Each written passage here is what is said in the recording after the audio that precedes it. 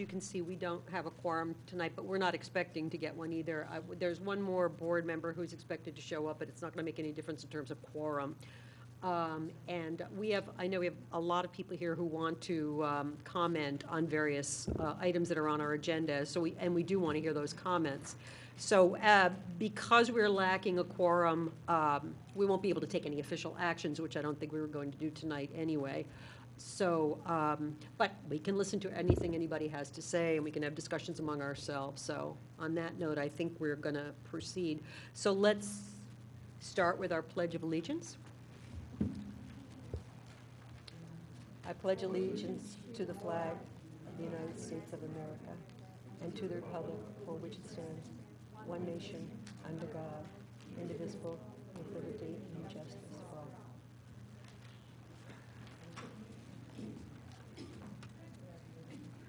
Our chair, Bill Renfrey, is not able to be here tonight, so I'm going to lead this meeting, and I'm Mary Kama, co-chair. Haha, that's a pun. Anyway, I have my husband researching at this moment, and he's supposed to text me a message saying, letting us know whether, and Tammy, maybe you know, are we even able to approve the minutes of last month without a quorum? I don't think so. No, we are not. Okay, no. so we so will this leave would be conducted like more of a town hall in that regard, yeah. with no votes or recommendations. Right, so we will leave that for next month, and we can approve both this meeting and that meeting. I'm going to go through our standard agenda items fairly quickly if we think we can do that, Tammy, the 1 through 3 that are here, and then proceed on to the old business? Or do you think that the reports and that sort of thing will take longer and should be moved back? I think we could start with Fenemore, if that's what we want to start with Fenemore. Most okay. of the people are here for. All right, good. Okay, then we'll get back to the sort of usual administrative reports and things later. And we'll start right off with old business, and the first topic is Fenemore Woods. We're going to continue to the discussion of what to do about Fenemore Woods. As I think everybody knows by now, the original plan that we had for Fenemore Woods has been pulled back, and we are literally at the drawing board. And over the past several weeks, we've had a lot of input from the community, mostly from parks neighbors and the heaviest users, but also from elsewhere in the community, regarding what people want and don't want to see going on at that park. And this board continues to seek your input, whether at Parks and Rec Board meetings or via email messages, letters, et cetera. Regardless of the medium, we will listen to the message, and we want to hear from you. And this will probably continue for a bit more. That said, and I have a little speechette here to sort of set a framework here for how we ought to proceed. We need to begin, I want to stress this, to outline our priorities for the park so we can give our design consultant some sort of direction on preparing a revised proposal. We spent a lot of time on the prior proposal. We want to make up for that time that we will now have lost. So I believe our goal for identifying these priorities should probably be sometime in January. I know that sounds aggressive, but hopefully we can get enough input from everybody that we can be at the point in January where we really can start laying out, okay, here's what we want, here's the order we want it in. One thing that has become abundantly clear to all of us over the past several weeks is the desire to keep the trees at Fenimore, perhaps allowing for the removal of some that are dead or dying or dangerous, and perhaps even increasing the tree canopy with native plantings and trees that are compatible with park usage and will enhance the ecology of the area, that is the birds, the small mammals, the other forms of wildlife in the area. But we have other park features to consider. Again, I'm trying to keep everybody focused on what we want to talk about. We need to consider what we want and what we can do, bearing in mind that the two are not necessarily always the same. Consider first the former stables. Right now they are in pretty poor condition, and I use that term charitably. Do we tear it down? Do we keep it? If we keep it, what do we do with it? Do we use it for restrooms, storage, something else? What's desirable?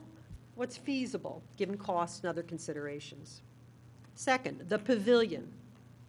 get rid of it, keep it? If we keep it, do we need some maintenance?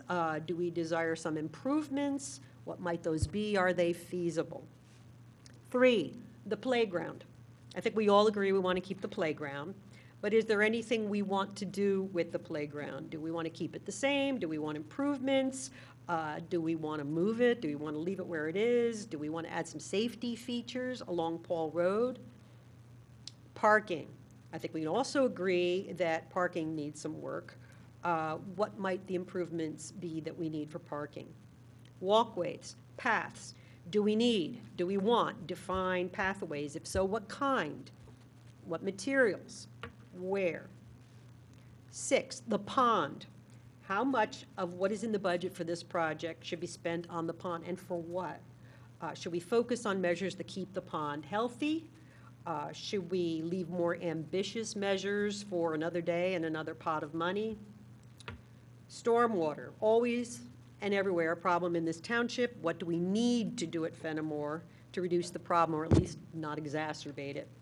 And then overlaying everything that involves an improvement, there is the ADA to consider, which will influence what's feasible and what's affordable. So what's my point? My point is we need to prioritize. Think about that as you're providing input to the township.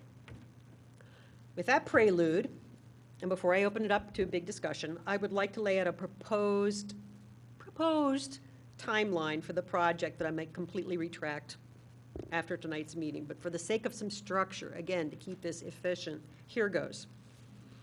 We accept input at tonight's meeting from the Radnor community, this board, township staff, and any other stakeholders I've left out. We schedule a special meeting of this board dedicated to Fenemore Woods. This special meeting would be in the form of a round table, a working session, roll up your shirt sleeve sort of affair, less a meeting, more of a working session. And attendees would include the board, the township staff, design consultants, and anybody in the community who's interested, possibly also the township arborist. Maybe this can happen sometime in early November. Again, aggressive, but keeping the ball moving.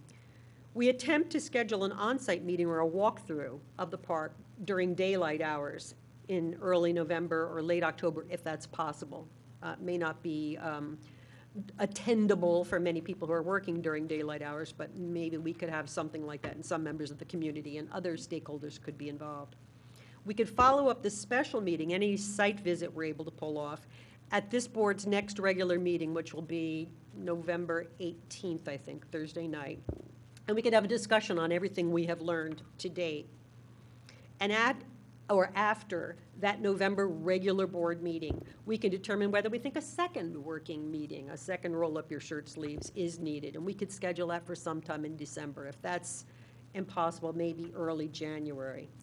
At this board's regular December or January meeting, depending on how quickly we're moving along, we can begin to develop a well-informed outline of project priorities and key features.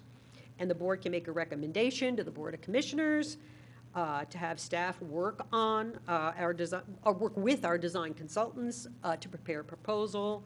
Then in early spring, the proposal maybe goes to the Board of Commissioners for approval. Once approved, an actual plan can be prepared and submitted to this board for review. Hopefully we are in a position to recommend that for approval by the Board of Commissioners. We're still talking spring 2022. And once approved, an actual plan can be prepared, submitted to the Board of Commissioners, the actual plan. We're talking summer now. If all goes well, maybe by fall we are ready to roll. We've got an approved plan and we can go out for bids.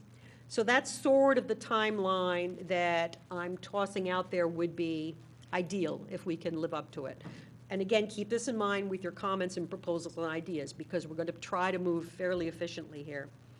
Don't hold me to this, or anybody in the township to this timeline, but it is a vision for what we could do and the timeline we'd like to do it in. Okay, having laid out that framework, anything from you guys on the board? Yeah, Mary, I just would like to know from Tammy and Bob, I think, if there are any other special considerations we should make the public aware of in terms of money that's all, I mean, we have this money from a bond. I know there are other certain financial restrictions that relate to that. If there are other parameters people need to be aware of, you know, it'd be great to have like, just every idea that comes out under the sun, but I think there's some limitations, and it's helpful to manage people's expectations by understanding those in advance. It's not just a time pressure from getting it done quickly, there are other limitations. Yeah, I mean, as far as the constraints of the bond is really just, it needs to be made for 15-year plus improvements to the park. So it's not money that can be used to maintain the park in any way. And I would make the argument too, like we wouldn't apply any type of stormwater funds, apply any type of funding of the bond towards stormwater, because those could be funded out of the stormwater management fund. And arguably as part of studies that would have to occur outside of the nature of what we have conducted so far relevant to the park. So, but not that that part of the project isn't important. I think it is a consideration. It's something that should be moving along, parallel. The only other thing I would say is that we just, the timeline is definitely something that could move and waive. Because it's going to have to take in consideration, information and fact-finding, especially if we conduct feasibility on the stable. It might take us some time to kind of go through that and decide, what we ultimately want to do, and that might dictate how we go forward, because that could be a major cornerstone to the remaining funds and part of the project moving forward. Tammy, and one question I had is, are there limitations on the time within which any money dedicated to this project needs to be spent? There are. I mean, we can't take a long time. I mean, we're already under pressure at this point. We're not under dire pressure, which, as a matter of fact, that's why I brought Bob Tate with me tonight, just in case there were any direct questions about the bond. I don't get the sense that we're getting any pressure from bond counsel, but we do need to keep this project moving, and ideally within the next year, get it out to bid and get the money spent. But Bob, I'll hand it over to you. Thanks, Tammy. Yes, it sounds like the plan that was just laid out will help support, is what the process needs to be. The money was borrowed in 2016. It was part of a $5.75 million issue, of which $2 million was earmarked, just over $2 million for Fenimore. The law is that the funds are supposed to be spent down in 3 years. So we are technically out of compliance. However, as long as there is a plan in place and there is movement, there's progress with the plan, and there is an end goal in sight, then there's no adverse impact to the township, provided that the plan keeps moving forward. So it sounds like what was just laid out and that timeline, if that process we follow through, and we're sitting here in August and we have an approved plan and we're ready to go to bid, we're in compliance, we're okay. If that happens to fall apart or something goes sideways, then it'll be something we'd have to discuss. So, but right now it all sounds like it's moving in the right direction. So it's just a little bit beyond Parks and Rec's purview, but just out of curiosity, are we, in doing all this, and I think it needs to be done, so don't misunderstand me, are we threatening the township's bond rating in any way by being technically out of compliance? No, it does not impact the bond rating at all. In fact, the larger impact is if we were sitting on the money and earning a rate of interest that exceeds the rate of interest we were paying, that's a much bigger problem. We're not in that situation. So we've cleared the first hurdle, the major hurdle. The second hurdle is that the funds that are allocated for a specific purpose, they have to be spent. The bondholders are expecting that when they purchase the bonds, they know where the funds are being directed. So if it got to a point where there was not progress on a plan, there was not movement, and things were not developing, we would have to go to the board and ask them to redirect those funds to a project that could be accomplished. So, but it sounds like from what was just laid out tonight, this project is on the right path, and the timeline will satisfy bond counsel for where we're headed. Thank you. Thank you. Okay, anything, Chris, anything? All right, I think we're ready to take comment from the public, and I understand we have some students here who might have homework that needs to get done. So why don't you come up first, and then you can go do your homework. And then we'll take people as they appear. And give your names, your address, or who you're representing, and come on up to the microphone.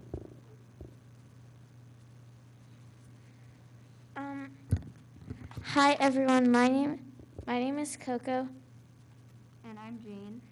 And before we start, I would like to say thank you to the people who arranged this meeting and gave us the chance to speak up.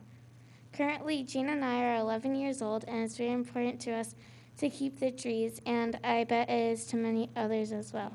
Now let's get started. Trees are important for many different reasons. First, I'm going to state the obvious. Trees are homes to many animals such as squirrels, birds, bugs, raccoons, and many more. Trees give us oxygen, which we can't live without. Not only that, but trees provide us wonderful shade. I mean, it's called Fenimore Woods for a reason. We understand why you want to make Fenemore Woods more accessible for people with disabilities and cut down the diseased trees, but we think we have a way that you can do that and cut down less trees. Here are some of our ideas. Adding on to Jane's reminders to how vital it is to keep trees, I think that we should add ramps in places where it's hard for people with wheelchairs or other disabilities to access, like places, for example, the picnic pavilion. Also, to make this park more attractive, not saying it isn't, we could add a gaga ball pit or a tetherball court. In conclusion, we hope you consider these ideas to make this park a more accessible and wonderful place for everyone to keep the trees. Thank you and goodbye. Thank you.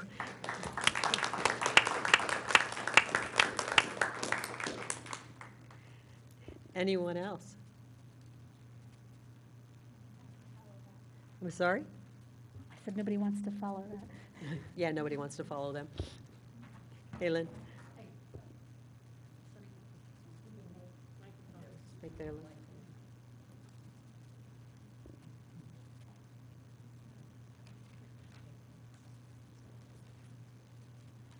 As you can see, this is the original Edgewood Farm that was owned by Francis Fenimore. It's 140 acres, and you can see all the trees that were on it from the very beginning. I think with global warming coming, we really want to keep as much tree canopy as we want. I know down in Lewis Lane, Garrett Hill, and our park was so hot with a lack of trees that it was really unfortunate this summer. So I think we should keep the long picture in mind. Any questions? Okay. Cool photo, or cool map. Yeah, it's undated. I don't know. Thank you, Lynn. Anyone else?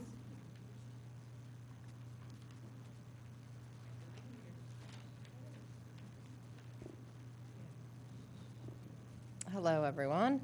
I'm Gretchen Grobel. I am a Ward 2 resident and also work with the Radnor Conservancy. And obviously, we are very interested in preserving the existing tree canopy. But I also think that you guys have the opportunity to design within the existing footprints that are there now. So, you know, I totally understand the desire to update the playground. So I'm suggesting, you know, be creative and do that within the existing footprints. The same with the pavilion. And just raising the question, are bathrooms necessary? If they are necessary, could they be incorporated into the old stable foundation?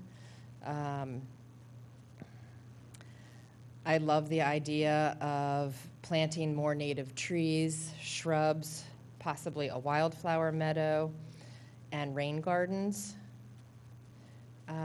I don't know if anyone has discussed Gulf Creek runs through the property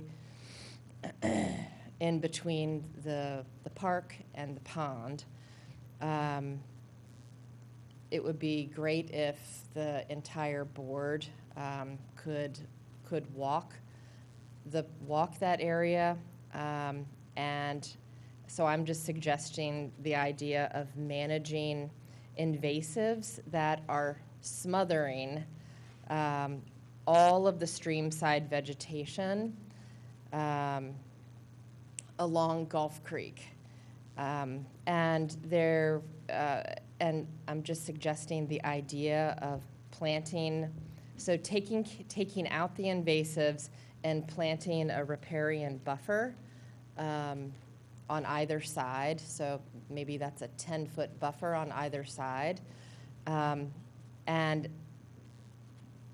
doing that, you would, it would give you so many benefits. It would, as we know, we've got a lot of stormwater issues within the township. It would trap sediment, it would trap nutrients and pollutants, it would recharge the groundwater, it would provide better habitat for fish, improve habitat for other wildlife also. And I just wanted to throw out the idea of considering the use of porous pavers in the parking lot. There's a lot of parking lot space, but I don't know that porous pavers have been considered. So, thank you. Thanks, Gretchen. Anyone else?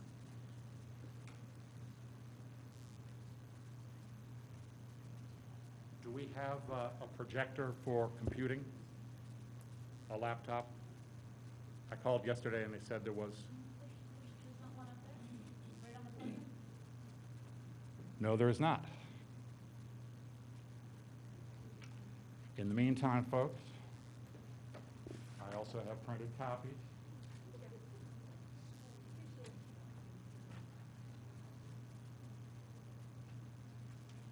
Thanks.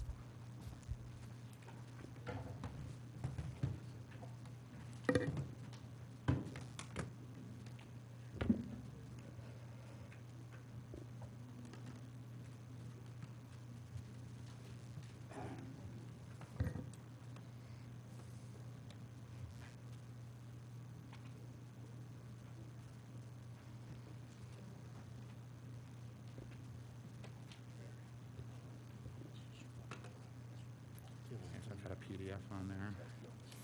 Yeah. I hope. Hey, if I'm letting it go, just give me. Oh, thank you.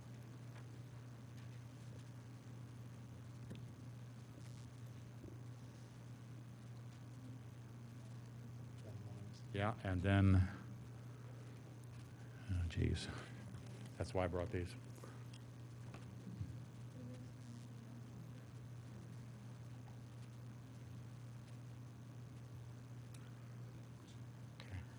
Before you get started, let me remind you to give your name and address. And I want to remind everybody, let's try to keep remarks to 5 minutes or under, so that we can all get a chance to speak and get out of here. Oh, you've seen the printed version. I had the printed version. Yeah. Okay, here we go.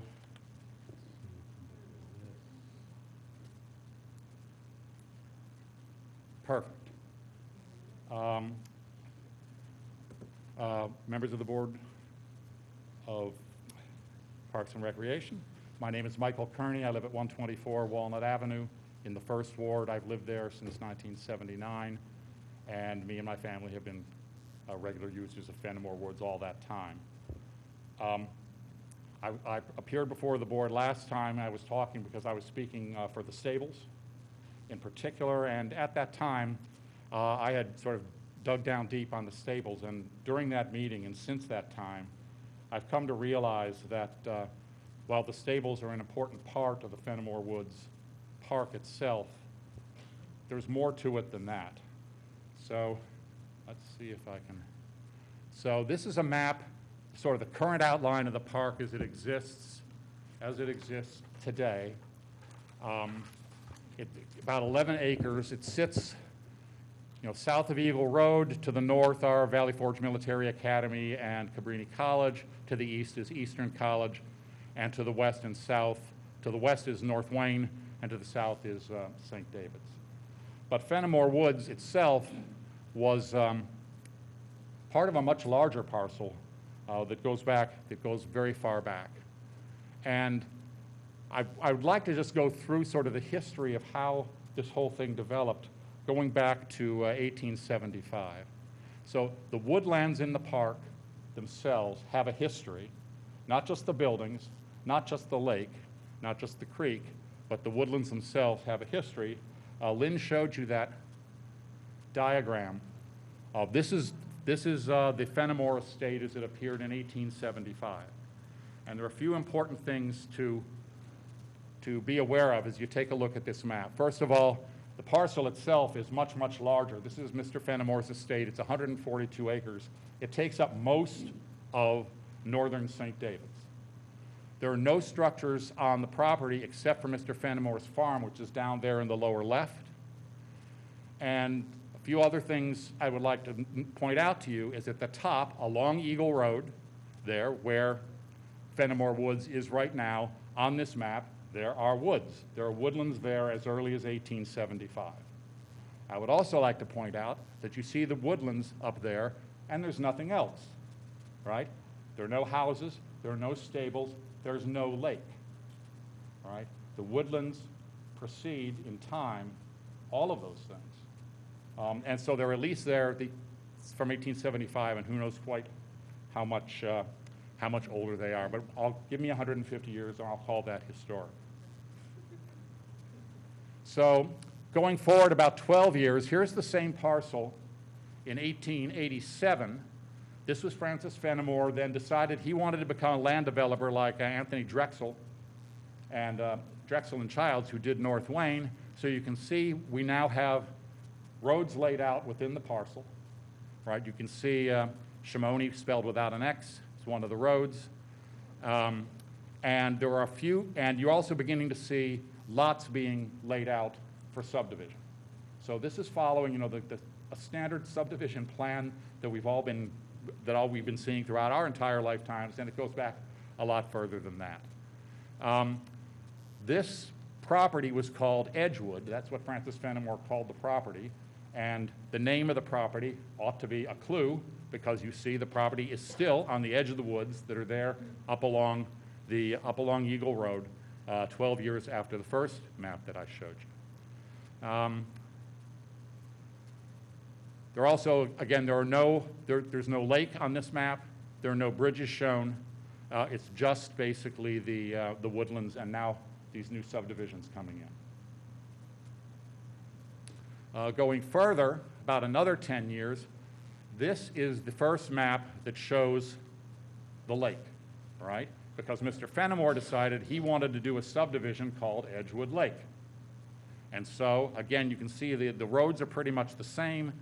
The lots that have been laid out are of different shapes. They've actually gotten a little bit smaller than in the previous map that I showed you.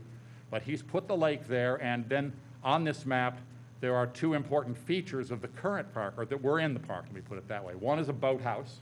There was a boathouse on the lake, and there was also a bridge, which is over there on the right on what's called Valley View Drive.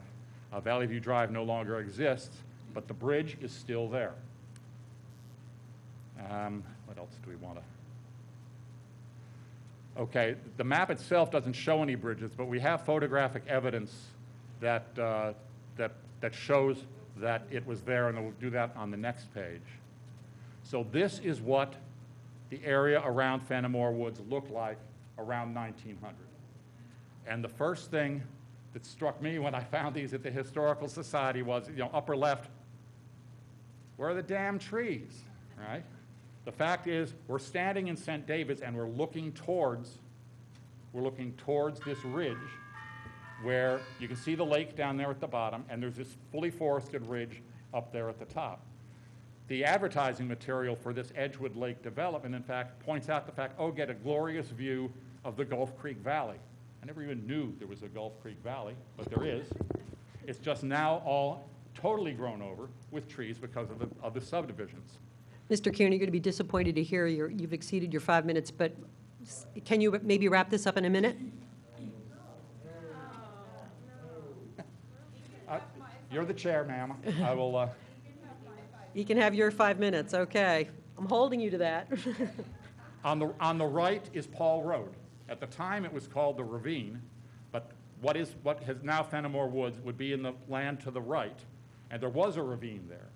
Off of Paul Road down to the right, where the playground is now, there was a ravine which has since been filled. There's a corrugated metal culvert that runs through there to take the runoff from up above, but before that time, there was a little creek rill that came down and helped feed the lake. Bottom left is the lake is viewed from Chamonix, roughly. Major feature here is that there's a big tree in the middle of the lake, which suggests that the tree preceded the lake. Because Mr. Fenimore built a dam, he built earthworks to hold the water for this beautiful lake that was part of his development. And finally, the last two are shots of the Valley View Bridge looking the other way towards Wayne. So we turned to the map in 1913. This looks more like what we would be familiar with Fenimore Woods. There are sort of 5 major structures on the property. There are 2 bridges. There's the bridge we know that's within Fenemore Woods itself. There's the Valley View Bridge, which is over on the far eastern side. There's the boathouse. There's the Wild Woods. Again, Wild Woods was the name of the estate, and again, the name is a clue. The Wild Woods main house and the stables, they're all sort of shown located there on the map. Two of those structures were demolished. The one on the left was the main estate house. That was done by the township in the 70s because they couldn't find an alternate use for it. The one on the right is the boathouse. Don't know when that was demolished, but it was this nice little stone structure on the lake where presumably they kept the boats. So here's where we are today. Here's Fenemore Woods today. There are basically 5 elements of this historic landscape, not just the stable, which make up part of the woods themselves. Namely, there's the bridge at the left, upper left. There is the stables, and there is the bridge, the Valley View Bridge at the far side. And of course, the woodlands themselves and the lake. Those 5 things sort of comprise a record of what's been going on in that property since that first map I showed you in 1875. And this sort of represents pretty much what we've got today, the 5 elements, the stables, the 2 bridges, the woodlands, and the pond. And I'm here to make the argument that all of these are part and parcel of the history of the park. The history of the park goes back at least 150 years, and that's something that deserves to be the highest priority, in my opinion, for preservation, refurbishment, reuse, but not demolition.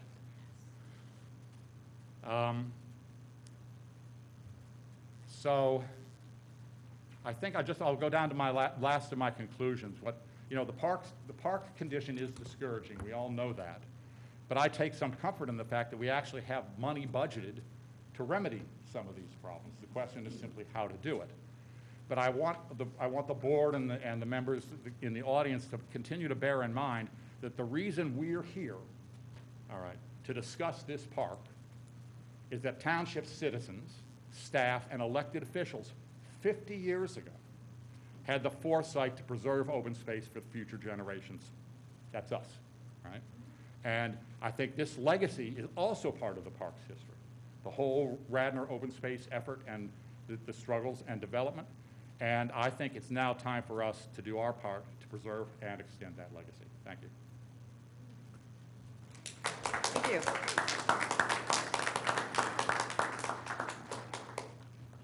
Thank you for the handout. The pictures are great. Anyone else? Whoops, sorry. Love that Hi. alarm. My name is Karen Vernisi. I live at 470 Glen Mary Lane in St. David's. I grew up right near Fenemore Woods, and I live near there now. I am a mom of 2 kids, ages 7 and 5. I'm also a pediatric nurse. Like many parents, I had to homeschool and assist in remote learning during the early days of COVID. My daughter was in kindergarten at the time. Fenemore Woods was a lifesaver during these early days of the pandemic. I saw firsthand how kids thrive in a natural setting. Both of my children were better behaved than usual. They were entertained for hours at a time, playing in the stream, practicing writing letters in the mud, learning about the various wildlife we discovered. This reminded me about something my daughter's teacher had suggested regarding nature-based play and learning, that we try a forest kindergarten approach to learn at home instead of trying to get her to cooperate in front of a screen. Forest kindergarten is a type of education popular in Europe that is held almost exclusively outdoors. Whatever the weather, children are encouraged to play, explore, and learn in a forest environment. The term nature deficit disorder was introduced in 2005 with the publication of Last Child in the Woods, Saving Our Children from Nature Deficit Disorder by Richard Louv. He coined the phrase to serve as a description of the human costs of alienation from nature. The book describes a growing body of evidence that highlights nature's critical role in children's healthy development and the belief that all children deserve to benefit from regular time spent playing and learning outdoors in a natural setting. There are countless studies that show the benefits of playing and learning in nature. For example, for social, emotional well-being, it can improve relationship skills, reduce stress, anger, and aggression. Children are better able to cope with stress when they live near trees and other greenery. Spending time in nature can help children focus their attention and has been shown to decrease ADHD symptoms. The list goes on. Why not take advantage of this opportunity to remake Fenemore Woods and make use of the current trees and woods and turn it into a natural playground instead of a traditional playground? We would save the trees and not take away something from our kids that they benefit from. A study I read from the University of Tennessee stated that children who play in areas that incorporate natural elements like logs and flowers tend to be more active than those who play on traditional playgrounds with metal and brightly colored equipment. They also appear to use their imagination more, according to this report. When a play space was converted from a traditional playground to one that was more of a natural playscape, the children more than doubled the time they spent playing, from jumping off the logs to watering the plants around the creek. They were engaging in more aerobic and bone and muscle strengthening activities. You may be wondering what exactly I have in mind for Fenemore. At a minimum, I would ask you to keep as many trees as possible in order to keep our community and children in touch with nature. As far as park design plans go, I challenge you to think outside the box. I suggest members of the Parks and Rec Committee visit the Heritage School at the Church of the Savior on North Wayne Avenue. They have this unbelievable Nature Explore outdoor classroom.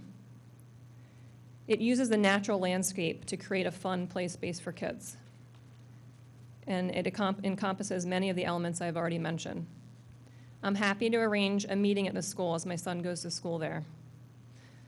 So in summary, I ask you to maintain the mature tree canopy and the natural beauty of the park, provide our children with a much-needed connection to nature, and hopefully join me and visit the play space at the Church of the Savior. It might get some wheels turning for a different vision. Thank you so much for your time. Thank you.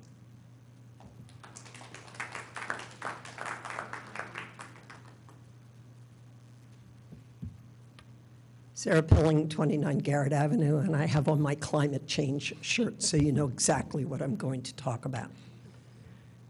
This summer, 2021, is yet to be the hottest summer on record. 2016 is the only summer since 2010 that has not been a record. And that is something we need to think about. We have two beautiful playgrounds for children, Clemmacrone and Enke Field, both of which now have to have an artificial covering because those playgrounds are too hot for children to be on. They're made of metal between May and September. So let's do something different for the playgrounds. Let's save the trees, as many of them as possible, and those which are dead but not hazardous to be made into trees for owls and other birds. They do not need to be taken to the ground. Now, I'm going to sound like gloom and doom, but I've read the science. We have about 9 years to go. By 2030, we're going to be in deep, deep trouble with increasing temperatures in the spring, summer, and fall. Think about it. We may not have a frost until December of this year at the rate we are going. We need to have a wooded park. We have plenty of parks with open fields with active programs. Let's leave this one alone and make it a wooded park for kids examining, as has been recently spoken. Everything does not have to be super organized. I appeal to you to save as many trees as you can and to actually, for the shade tree, to have an active program of planting additional trees. Our trees are in trouble. As climate change gets worse, there are going to be species of trees that will not survive.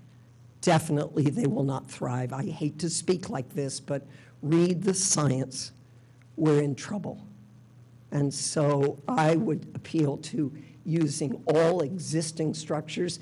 There are many, many new buildings downtown that have incorporated an older structure.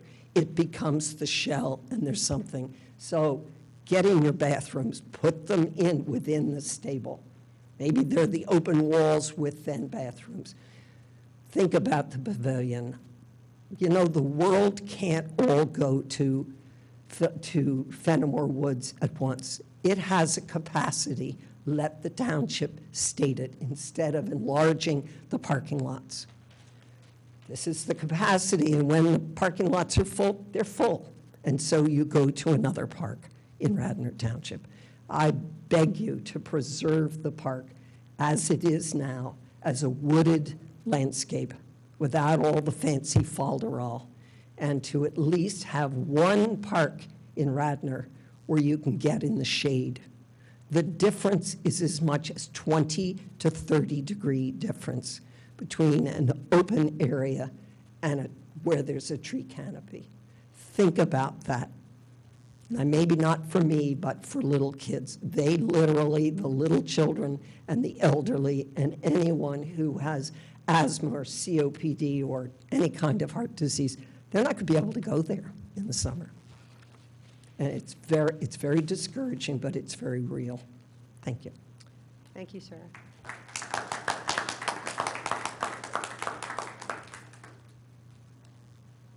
Good evening.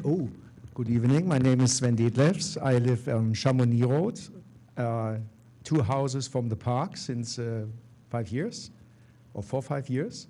I walk my dog twice a day at this park and around the lake, so I have a good overview about how the area is used. I would say there are 2 user groups. One, fishermen who use the lake for fishing or teaching their children how to fish, and of course the families that use the playgrounds. I would like to make 2 proposals, also coming back to one other proposal that I just heard, and what I observed during the COVID epidemic when nobody was driving its car from March to, I would say, September 2020.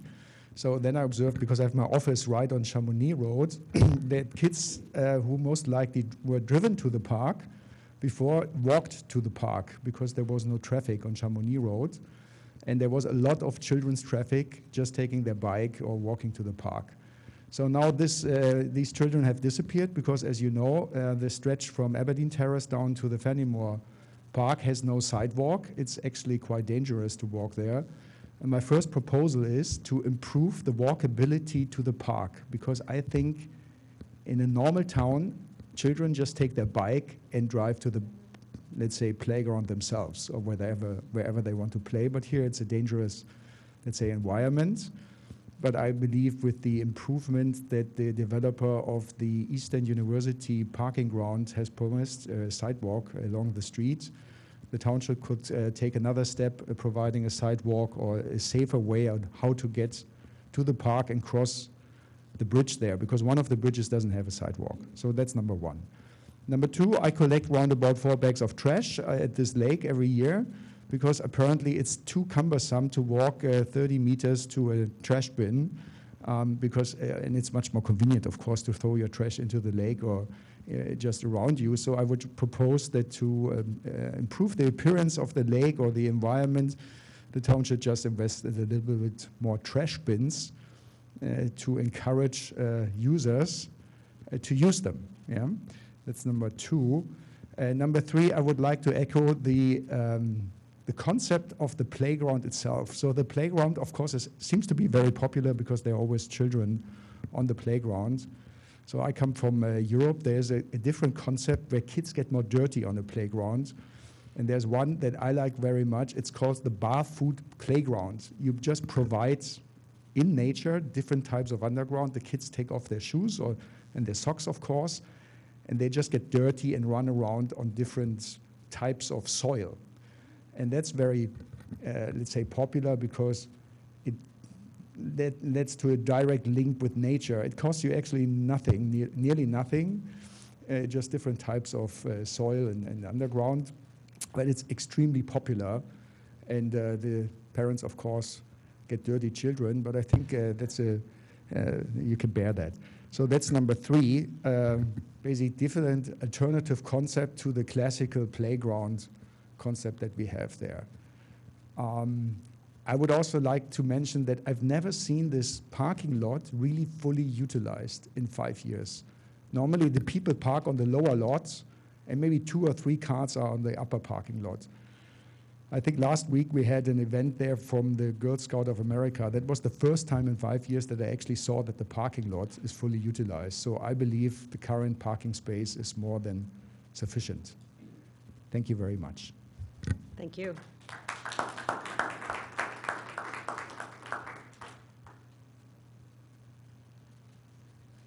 Anybody else?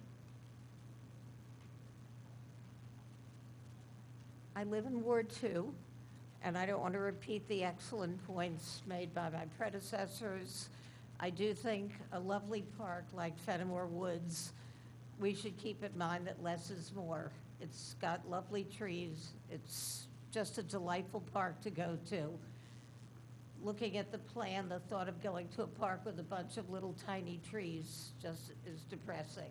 It's such a lovely park as it is.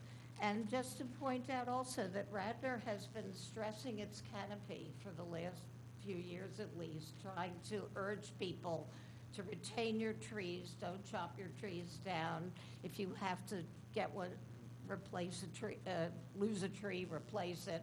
And I think it is consistent that we too, with our park, should have the same attitude about the trees. They hold a load of carbon. They're great for the environment, and it's just a delight to go there. It's really a joy to be in the park. Thank you. I'm sorry, did we get your name? Joe Ann Weiss. Thank you. Thank you. Anybody else?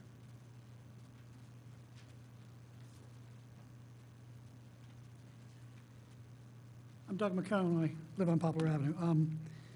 Back in June, I did a side-by-side comparison between the existing plot plan and most recent proposal, and called into question a number of the tree removals for the project site. The long curved paths from the new pavilion around to the playground area in the lower parking lot are formed that way probably to meet the 1 in 12 slope that you need for the handicapped accessibility stuff. The same caps with the parking lot, but on many of those routes, there were a lot of trees that were marked for removal that I didn't see necessarily needed to be removed. It could have been that it would be easy for them to construct. If they did that, I don't know the answer. And I'm wondering why. And then if the pavilion remains about where it is, I can understand replacing, cutting down 2 or 3 trees.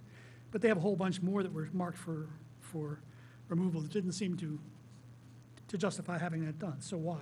Question. I did notice that most of these curved paths are right along substantial grade changes, as one would expect.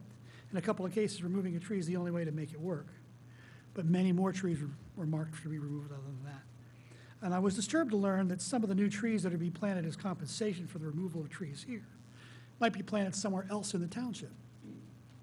That took me by surprise. The comment, I think that's ludicrous, but that, you know. The purpose of the compensatory trees is to repopulate the areas from which the originals were removed. So all compensatory trees should be planted there if they have to have compensatory trees, it would seem to me. Can I interrupt you for a second? Do you know where you got that information? Which? On the location of compensatory trees? Yeah, that was one of the comments that was made in one of the presentations that was made here. They said not necessarily all the trees, but necessarily come back to Fenimore Woods. I mean, maybe I'm wrong on that. No, you're correct, because I think given the way the plan was laid out, which, you know, as we know, that plan is no longer, just to make that statement, but the way the plan was laid out and the way the designers replanted the park, it would allow for, if we were to meet the compensatory requirement, they would have been overlapping on top of one another. So unfortunately, they weren't able to all fit there. So that's where the discussion came in using the ability to take those trees to meet that in other locations. But as we know, that's a moot point now. It's a moot point. But I was I did aware get of it that, but it's I a didn't moot make it point. up. Okay? It's a It did moot come from point, so. someplace. Okay. I do understand. I was accessibility officer for the government for a long time. I do understand the risk of not complying with the American with Disabilities Act.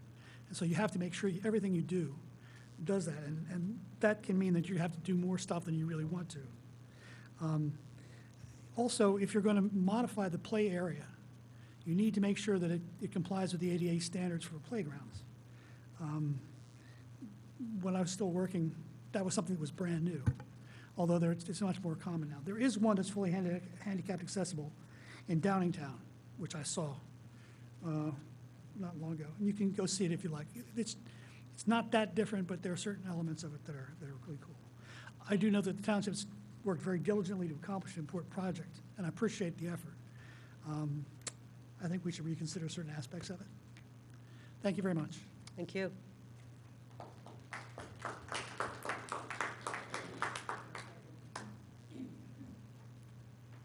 Anyone else on Fenimore?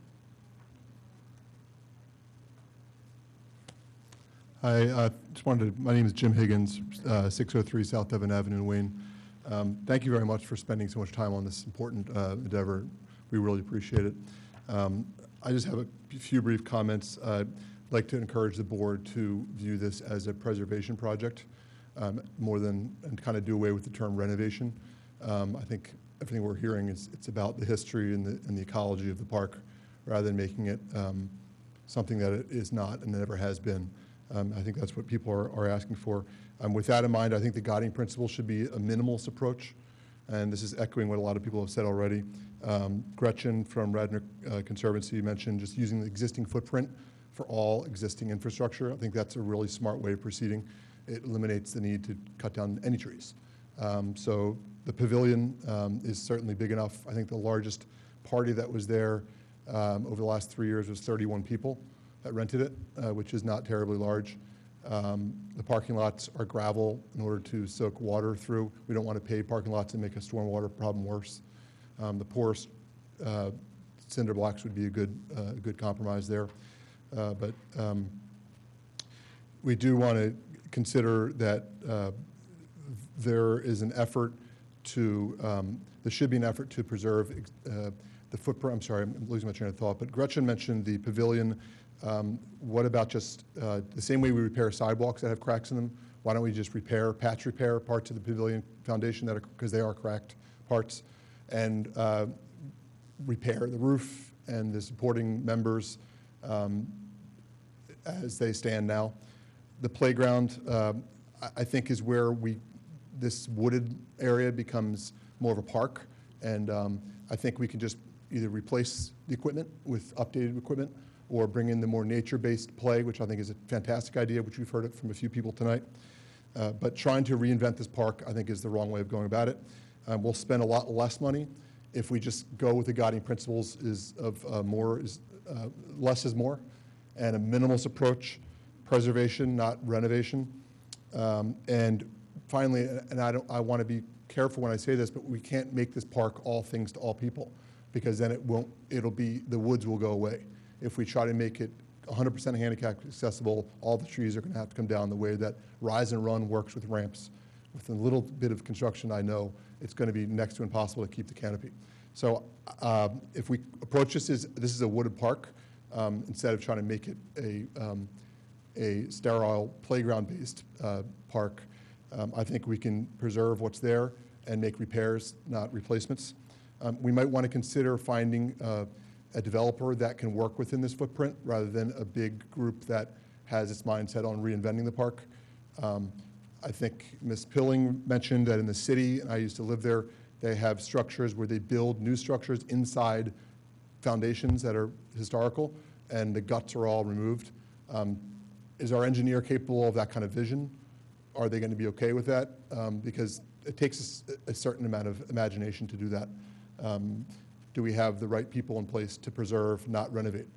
I don't know the answer to that. Maybe they'd have experience doing that, but it's an important question to ask. Do we have the right people to make this a preservation project? And my push would be to make as many new plantings as possible with the money we have, because as beautiful as the canopy is, it's not going to last forever.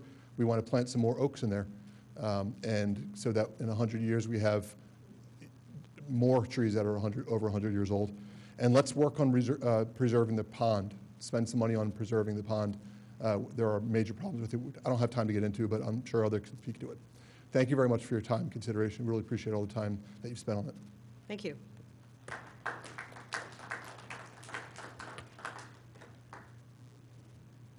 Anyone else?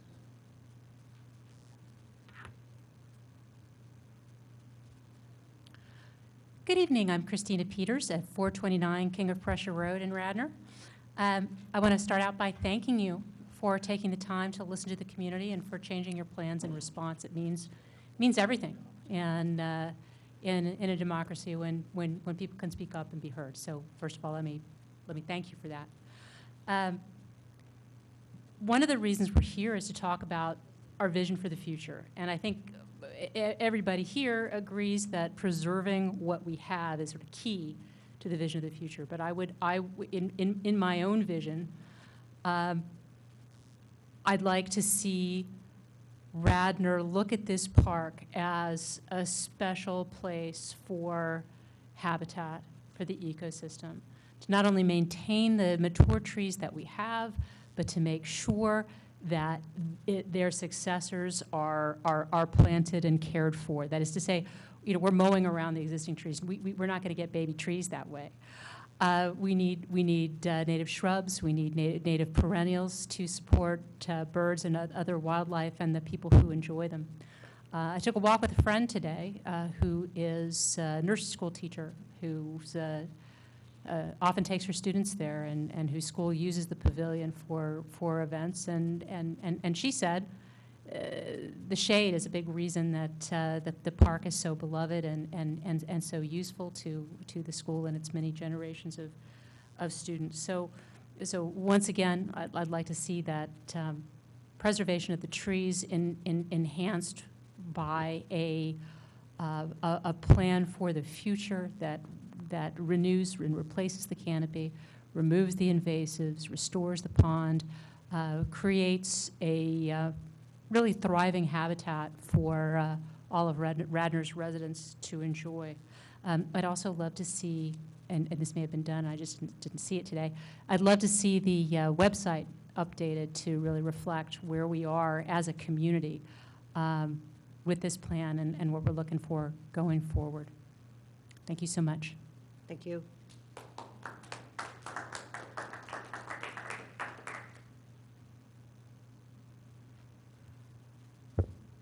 Anyone else? Was there someone? No? Oh, okay. Michael Kearney again. I just want to say I forgot during my initial presentation to say thank you.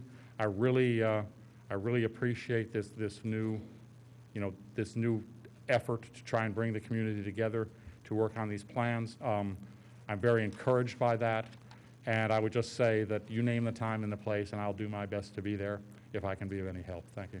Great. Thank you.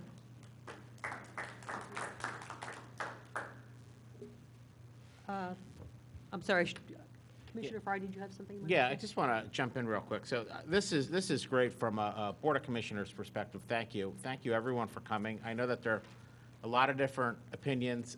We'll get this right. The more we hear, the better. Jim, Jim Higgins Jr., you made a great point. This can't be all things to all people, or we're going to get nowhere. A couple things that I'm hearing is maybe that we need to every so often go in, cut some of the, and just a routine maintenance, not just at Fenemore Woods, but all these parks. Go in, find these trees that are dying, chop them down, and then plant new trees up. So you're constantly replenishing as opposed to a flat-out clear cut. And that's just something that this board and future boards need to look at. So thank you for that.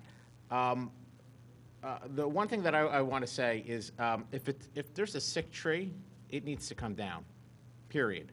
From a township perspective, from your tax perspective, we can't be blatantly negligent. It's like having your mechanic say, I know your car isn't going to pass inspection, I'm just going to put a sticker on it and you get into an accident. That's not good for anybody. So if the tree is sick, it's got to come down. Now, that being said, whatever plan we, and I want to say we, mainly you, and this board come up with, that's just going to be the bare minimum of trees, and I put that bare minimum in quote. If there's a place for a new tree, talk to Shade Tree, talk to Public Works, talk to Tammy, and if we think that we can put a new tree in there, we'll do it. I mean, we want what you want. No one wants, open space where it's just heat coming. Perfect example, Clemacrone Park. 2 years ago, 3 years ago, we planted how many trees there, Tammy? Or Gretchen, you may know. I mean, you were there. 9? Okay. But that's something that we still can do. So if there's room for trees to be planted, we can do that. But I want to thank this board. I want to thank Tammy.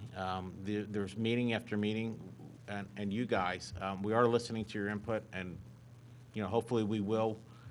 As Jim said, it's not going to be all things to all people. There's going to be some compromise. There's going to be some give and take, but hopefully we can check most of those boxes. So thank you, and thank you everybody for your advocacy. It's appreciated.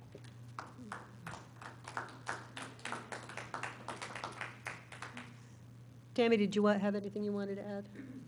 No, I'm excited to keep the process moving along, and I think we've heard a lot of really great input.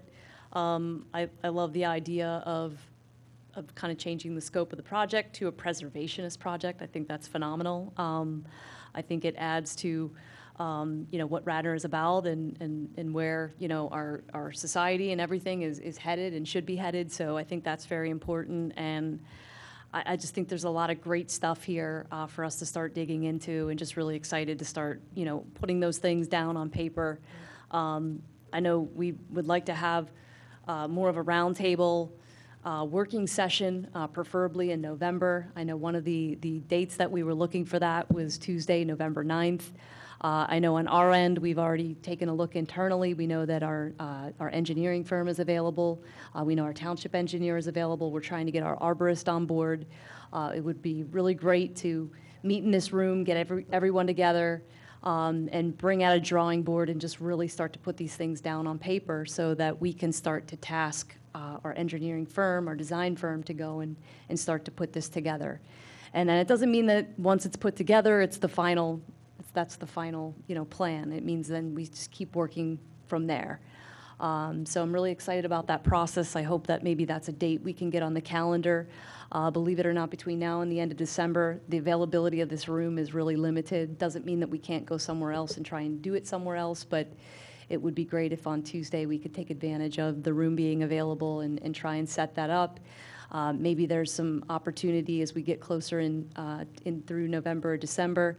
If the weather stays nice, we could do another session at the park during, the daylight hours. I know, as Mary had indicated, it's not a time when, everyone can make it, but even for the folks that could make it, I think it would be beneficial to try and accomplish that, before we head into January, just so we have some information under our belt and some notes and details to start working from. So thank you all for coming out. It's been exciting to have so many people at our Parks Board meetings. I know for many, many years, we only would have a small handful of people attend, and it's great to hear from everyone. And I think a lot of really great ideas are coming about. So thank you.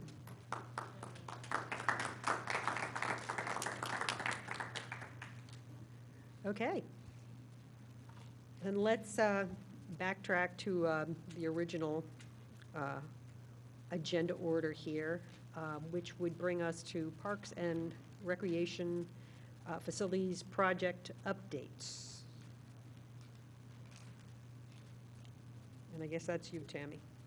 Can I just add, I just was trying to understand, are we going to do, I was concerned, I know we were here because we certainly wanted to hear from the community. I know a lot of people were prepared. Are we going to continue with the remainder of the agenda when we don't have a quorum? I just wondered if it'd be better to present all that information when more of the board members are here to actually hear it. I think as long as we're not, tell me if anybody else, has feelings about this one, but I think we can go ahead and listen to reports, and you'll get that on the record and get that out for the public to view or read or whatever. I think the only real limitation is that we really can't take any official action, which I don't think we were going to take tonight either. So I think, other than the fact we can't approve the minutes because that's an official action, I think we should go ahead and get reports and get the information out to the public and go through as much of this agenda as, is realistic given the hour.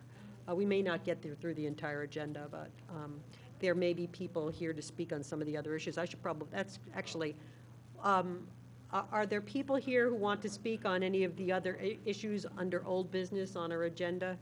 I don't want to keep anybody here waiting late and then be disappointed that we don't get to it. We're good? Okay. Does that make sense to everybody to proceed? I'm sorry?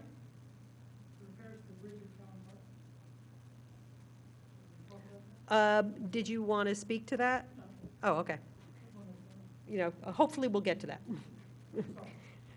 Okay, I'm sorry. So back to you, Tammy, I guess on Recreation and Community Programming report. Well, it's been a really exciting and fun October. It's been filled with a lot of in-person activities going on, so it's been a nice diversion. It's probably felt like one of our more normal Octobers in a really long time, and I'll try to be brief. So I just wanted to highlight just really the programming continues to be very, very successful. I itemized all the programs and the participation numbers in your report. You can take a look at those. A lot of things continue to be very successful. Like our preschool soccer, like our pickleball, like our skateboarding clinics, all wonderfully attended, and folks seem to be excited about them, and based on the feedback we're getting, people are really enjoying the things that are out there and feel that they're top quality programs that are being delivered. We had a fall pickleball tournament. This was our second annual. It was successful. We had 9 teams, took place over at Phillip Home Park.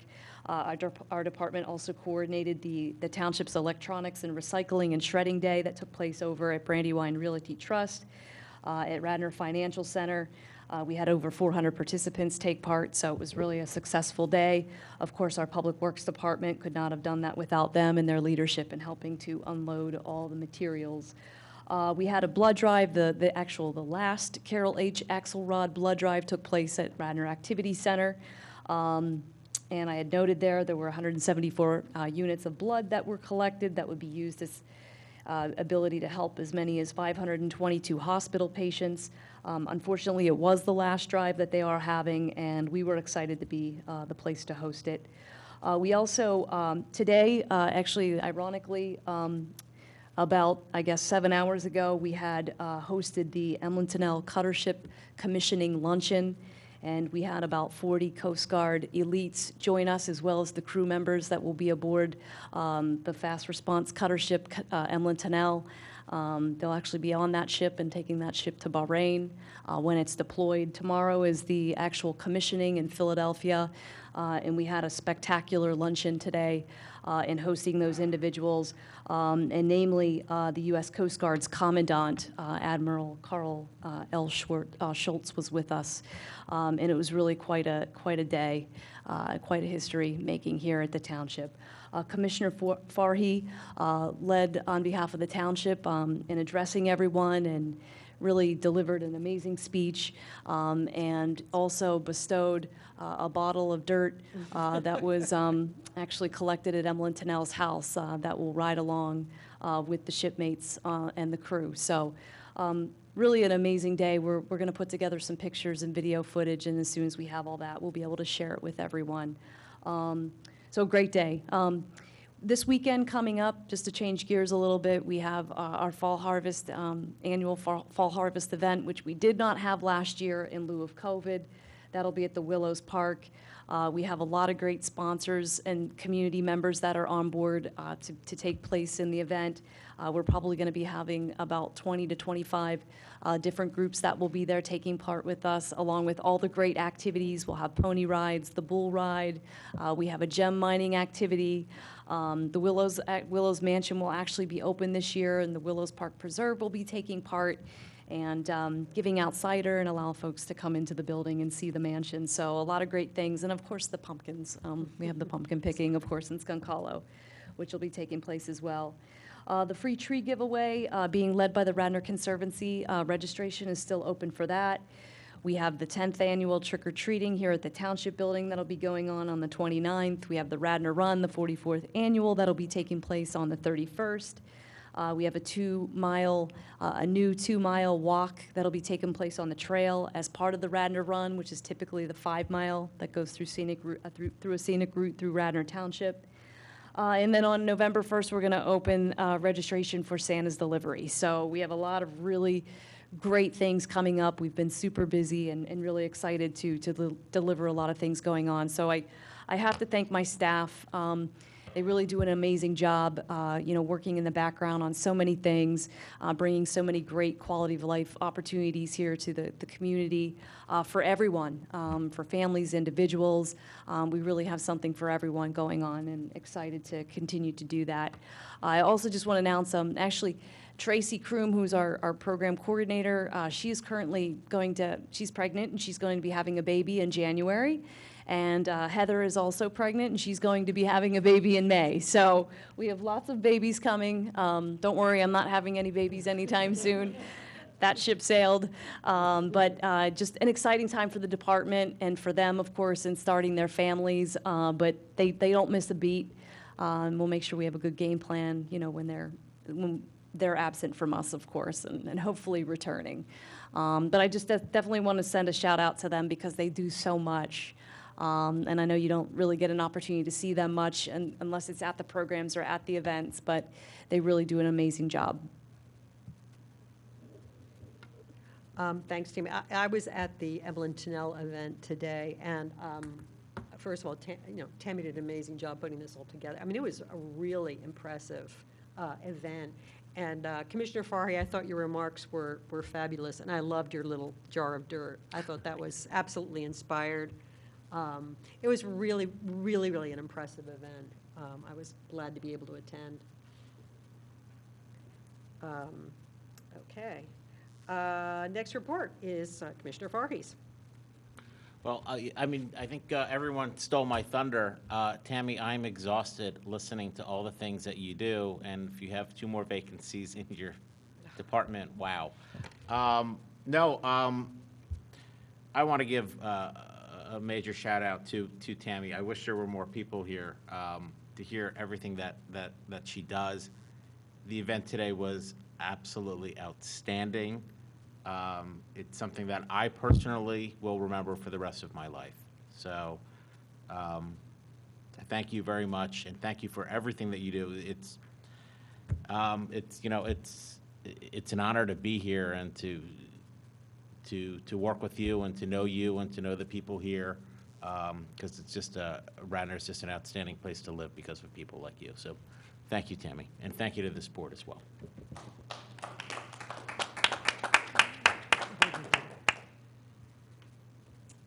Okay. School board. Sarah, you have anything? Just briefly, we have very few people, but I hopefully people will be watching this. I know the project at the high school is underway and making a lot of progress. I know it's been a disruption for members of the community who are using the facilities or used to use the facilities.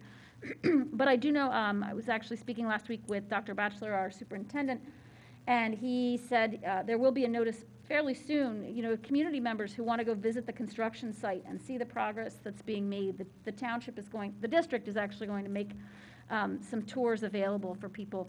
I think it's a really great opportunity, especially if you don't have kids in the district and just want to know where tax money is going, to see the progress that's being made there. It's really, it's impressive. So, and we are, so far, still on track to finish the entire project in October of 2022. So, a year from now. Great. Claire's not here, so we won't be hearing about what's going on with the shade tree. Any other reports that anybody's here for? I don't think so. I think we're going to get through this agenda, guys, if we're all efficient here. We've taken care of Fenimore Woods, and that was going to be the big one. Update on Odorisio and Cohen Park. So so that would be in regards to the basketball courts. We are going to be advertising the construction bid next week. So it'll go out to bid, and we're hoping that by the first meeting in December, the project will be awarded. So we'll be on a track, hopefully, for construction as early as possible in the spring of 2022. That's good news. Anything on Cohen, anybody? And Odorisio? How about Cowan Park on the transition bridge? The transfer bridge, yes. So the transfer bridge is a bridge that connects two of the playground features together. My understanding is that it will be delivered by next Friday. That's the latest timeline that we got. This has been a long process, but the delays have just been out of our control, unfortunately. So we expect that it'll be delivered hopefully by next Friday. We hope by the first or second week of November we can get the contractor out here. So it requires a certified contractor to come and actually make the installation. So they're a certified Playworld Systems installer. They'll come out, they'll make the installation hopefully by mid-November. And if the weather keeps up, it's something obviously that can continue to be utilized throughout the winter. Yes. Yeah. Yeah, this was an item that had broken because the playground was built in 1992, and it deteriorated, it rusted out, and we had to remove it. So now the two obstacles are shut off from one another and boarded up. And so the transfer bridge now is going to reconnect those back together where the transfer bridge that was deteriorated had to be removed. Okay, next up. Oh, my favorite subject. Concerns about dogs in the Willows Park and on our trails. We continue to be in a information gathering stage on that. We really need and want more input from the community, and we may need to be a little more aggressive in eliciting or soliciting that input. But Tammy, I know that you have been getting, I'm sorry. Tammy, I know that you have been getting some communications sporadically on the dog issue on the trail, the Skunk Hollow Trail and in the Willows Park. Maybe you could share some of your what you've experienced there, and if anybody has any ideas on how we can encourage people to give us some input on this so that we can start to deliberate on what might be a good thing to do or not do with respect to dogs in those parks, and whether we even need to consider doing something with the existing dog ordinance. But I'm sorry, Tammy, why don't you let us know what you've been hearing from the community? Yeah, I mean, we've been receiving, definitely would say there's an uptick in communications, both by phone and by email, just in experiences that folks are having along the Willows and the Skunk Hollow trails. And the common theme has really been dogs off leash, dogs aggressive, off-leash, far from their owners, folks trying to use the trail and being burdened by the dogs that are coming along the way. So I think the common theme of aggressive dogs, dogs off-leash, folks questioning, what the leash law requirement is. So I think there's still some ambiguity there in terms of what, the ordinance dictates. And I know that we've tried to be cautious, to educate too much because we may be re-educating in a different format, or in a different way down the road. But and what I've been trying to do is keep a compilation of those folks that have been reaching out, obviously encouraging them by all means. If you feel imminent danger, we need folks to call 911. It's very important that police have an opportunity to come out and assess a potentially dangerous situation. So that's definitely at the forefront of what we've been trying to tell people, and just keep that education going. That goes for all of our park spaces, obviously. And then just trying to, take their information, because knowing that we're having these conversations, we've been having this discussion now for a year, since last October, I think we started this conversation. So trying to compile sort of almost like an email list, an interest list, and then once we, start to have more formal meetings to solicit feedback on this topic, whether it's, just open-ended, or if it's more specific on changing the ordinance to, if we're going to require leashes or we're not, or if we're going to, change observations in certain areas and how we're going to view that. We want to obviously get folks out and meet. So, I think, it probably would be good at this point if we start putting up some signage and utilize the great kiosks that we have over there. We have 3 really great kiosks that we had scouts put together for us.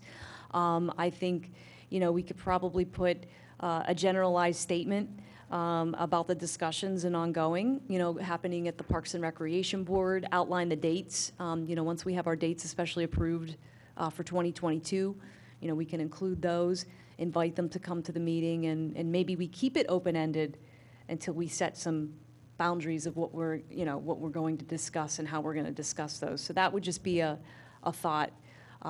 Just to keep the dialogue going and then keep the education process open to the community so that they know we're having these conversations. Right, and I want to be careful about what I wish for, but I'm almost wishing for something like we had tonight on Fenimore, where I feel fairly confident we've gotten folks' attention and that they have come forward and given us their views. I expect there's going to be a greater divergence on views on this dog issue than we had here tonight. This was a pretty consistent, fairly uniform group here, but I suspect it's going to be different with the dog issue, so I really want to hear it. I want to hear, all the views and everything in between.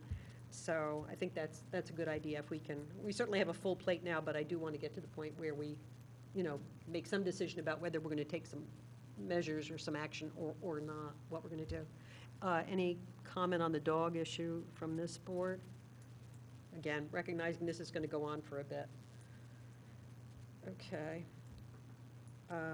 Park Playground Communication Board's proposal. This is still underway. Right now, what I've been trying to work on in the background of everything else that's going on, just trying to put together some of the icons that would go on the board. As I had mentioned in the last meeting, there is a licensing that we had to purchase to be able to access those. We have purchased that licensing. We have that access. There's quite a catalog, if you will, of icons and details. So we're trying to work through that relative to the 2 playgrounds to essentially put together the communication board with all the symbols and the details on them. It's just been a little bit of a slow process, but it's underway. Unfortunately, not going as quickly as I had hoped it would when we had this conversation back in, I believe, August, when there weren't so many things, kind of at the forefront. So it is a topic, though, that we want to, continue working on, throughout the rest of the year and into the new year. It's my hope that, we can evaluate and bring forth some possible sign options at both of those parks, because they have some dynamics with regards to their post and rail fencing, as well as their poured-in-place surfaces that wouldn't necessarily allow for just a post sign that goes in the ground. So once some more headway is made on that, would be something that we'll bring back to the board to take a look at. Thanks. Anything on that from the board? Parks and Facilities Stewards update. Tammy, what did you have in mind for this agenda? Yeah, I think we just were, folks are out there visiting their steward assigned parks, things that they're seeing. Yeah, I think it's just kind of been a standard thing on our agenda. I think we've kind of skipped over it a few times the last few months. But as always, I just want to encourage, if folks are seeing things in parks, if they're out there, please, shoot me an email, send me a voicemail, let me know what you're seeing so we can address things as quickly as possible. Also, it's a good time for an announcement. Rick Foster has been promoted to the Director of Public Works. So we're really excited about that. However, we don't have a park supervisor, but he's taking on both roles right now until we fill that role. So we are in the process of doing that. And once that new park supervisor is hired and/or assigned, if it's a promotion within, we'll look forward to working closely with that individual and continuing to boost the maintenance at the parks. May I jump in here for a quick second? Sure, Howard. I forgot to ask the question. When you were at Odorisio Park, you talk about the basketball renovations. Were they for where the court is now or down low? Where it's presently held? You mean what? Where the courts are? You mean what are the plans, or what are we doing, or? Well, it says here on the B, the renovations for the project. Are they just out for bids, or? Let me- Okay. Tammy, question from Howard on the status of Odorisio Park basketball court renovations. Yes, so we'll be advertising next week, and then what'll happen is we'll have a pre-bid meeting in early November, and then the goal is to award at the first meeting, the first Board of Commissioners meeting in December. Okay, so that's got nothing to do with the placement of whether it's going to be up where it is currently or down low or anything The like that? design is based on the current location, The current location, okay. and that was what had been recommended at this board and then moved along to the Board of Commissioners, and which had been approved when we had sought approval from the Board of Commissioners to go to bid. Okay, just wanted to know. Okay, thanks. Okay, the next item is new business, but it's the 2022 Radnor Township capital budget update, and I'm wondering, unless that's a fairly superficial thing, that might be something we do want to save for next meeting, because I'd like to have, ideally the full board, but as much of the board as possible there. Does that sound right to you? That sounds good. The only thing that I did want to say there is that we had a special meeting on September 30th. It was televised and recorded, so I would definitely encourage all the Parks and Recreation Board members to go back and take a look at it. And really, it was just a simple item, just to bring it to the forefront right now, because this is, the time when we typically talk about this. The Board of Commissioners are actively right now underway through the budget process. Nothing has been decided in terms of capital budget. In fact, I think there's probably going to be a lot more conversations taking place before we get to any decision-making on any of the items there. It's just important to point out that there is a hearty list of Parks and Recreation improvement items that are in the capital plan and growing as part of the capital plan, and also in terms of the facilities with regards to the Willows Cottage, the Radnor Activity Center building, and of course the Jacquerie House that we own over on Hartford Park. So there are a lot of facilities that are described as part of that. So what I can do is I can send a message out to the full board with the link, so you guys can go and take a look at that. Again, nothing has been decided, just really cursory discussions at this point with the commissioners. All right. Tammy, if you could send that link out, and also if there is a list of items, I'd certainly like to see it. I think everybody on this board should see Yeah. that before our next meeting. So if you could send that to us as well, that'd be great. Yeah, it sounds like there's some interesting items on there that I would not have expected, so that's cool. I don't think there's anything that you wouldn't expect on there. I don't know, I didn't expect to be hearing about the cottage, so, Well, as everyone knows, the cottage is not, in great shape? it's not in the best of shape. There's significant amount of mold and whatnot, and the cottage, it's not a functional building where, we have any type of ability to operate within there. So I know we've had various proposals over the years, but unfortunately, nothing that has come Yeah. to fruition to be able to make the improvements for which would be needed. So it's just, in there is one of those items, it's another township building that, definitely in need of some TLC and investment. Agreed. Also, I'm just curious, I know Commissioner Abel isn't here, but has there been any additional discussions about Odorisio Park and some of the conversations that were had over there back in July when we all met over there, some input from some of the local residents, et cetera? Has there been any additional discussions about Odorisio and a larger plan project discussion since then? There haven't been any formal meetings, but what I can say is that in the capital plan, Odorisio is something that, we have in there. I think we were talking about having a comprehensive planning sort of discussion, something similar but in a much smaller degree of what we did at Clemacrone, where we sat down and we had formal meetings with the community, formal and informal meetings to try and assess and understand what the needs are. I believe that goal is still out there to do that.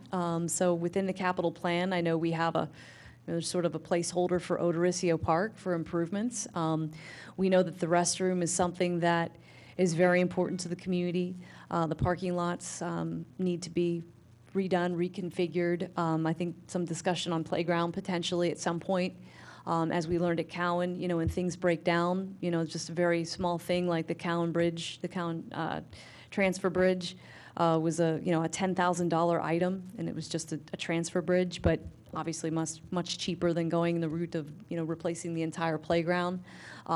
Just this past year, we had to replace one of the sliding boards there that was very costly at Odorisio Park. So, I think we need to understand what the future holds for those I call facilities, but the amenities at the park. I know there's some discussion about the community being interested in a potential pavilion restroom where they can have, covered space for activities and things, to take place at the park and, events, rentals, things like that. So I think, those are discussions we want to have and we want to keep moving. So there's definitely interest there. I think Commissioner Abel is definitely interested in that and moving that forward. I think he is probably interested in the bathroom, if we can replace it sooner versus later. And that's where I think those conversations are important to know what the need is, because if it's just an in-kind replacement of what's there, it's much different than, of course, building out what the footprint of more of a pavilion covered space would look like. So. Those are two very, different facilities in terms of what those would look like. But there hasn't been any formal discussion to date, other than the town hall meeting that we had several months ago. But I think we're definitely looking forward to engaging those. Thank you. So during that budget meeting, I know that Commissioner Abel had a major concern with the fact that the bathroom is so bad that the kids are using the woods to go to the bathroom. So to me, that's concerning. It's in the meeting. I mean, I support him 100% in, it's going to be a chicken or the egg situation, what you fix first. I think the bathroom is probably the most important, but if you watch that meeting, there's toward the end, I think there's an exchange where Jake and I talk about it. But yeah, I know that we're on the same page. I'm hoping that we get a couple more commissioners on there and we make some necessary improvements. Thank you. Anything more on that? We have public participation down. Is there any more public participation on anything?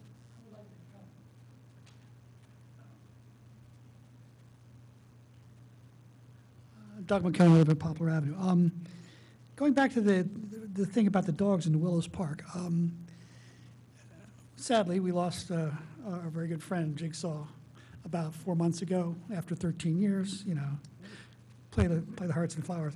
But her favorite thing to do was to run wild through the Willows Park Preserve. And the kids would run after her. I would walk after them. I don't run much anymore.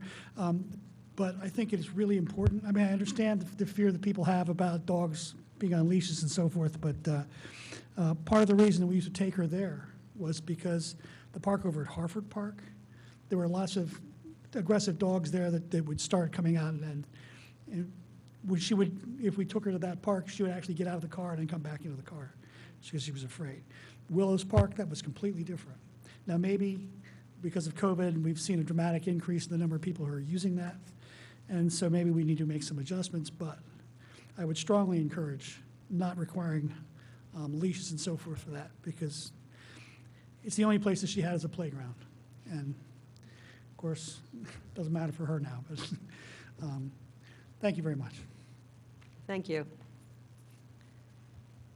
Anything else? Anybody want to move to adjourn? Oh, yeah. I So guess. moved. Do I just have executive fiat then? You do. We're adjourned.